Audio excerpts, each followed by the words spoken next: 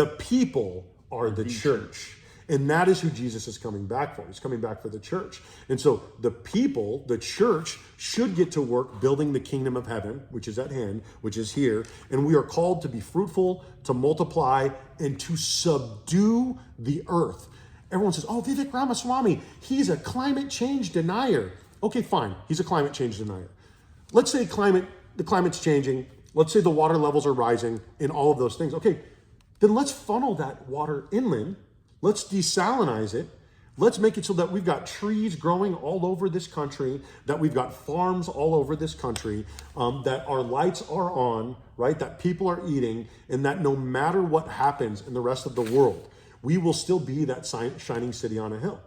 So until we look after ourselves and until we look after America and the American people, and we make sure that our lights are on, that we're being fed, that our taps are running, we have no business sticking our nose into anyone else's business. Agreed. And getting since we're on the conversation of the church, you mentioned Jesus is coming back for the church. Let me just say this or ask this. For what? The church is quite honestly, barring the few churches that understand the truth and God's purpose, I guess, and are willing to stand up for that truth, barring those few, the American church is much like the church of Nazi Germany. We're absent in the face of evil. And so engaging the church is a challenge in and of itself. So when Jesus is going to come back for the church, doesn't the church need to make itself worthy of Jesus coming back for? Yes. I agree to a certain extent. Okay. I wouldn't compare the American church with the churches of Nazi Germany.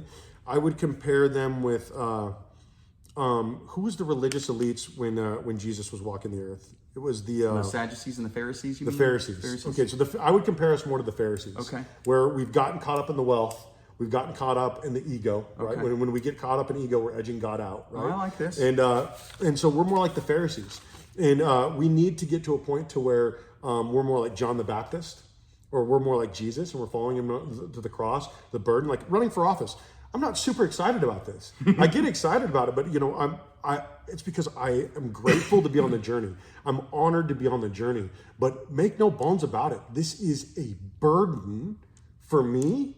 It is a burden for my family. It's a burden for my children. I've borrowed money from my father-in-law, from my dad. I've I've got cash in my wallet because I can't leave money in my bank account because we're going to go overdraft.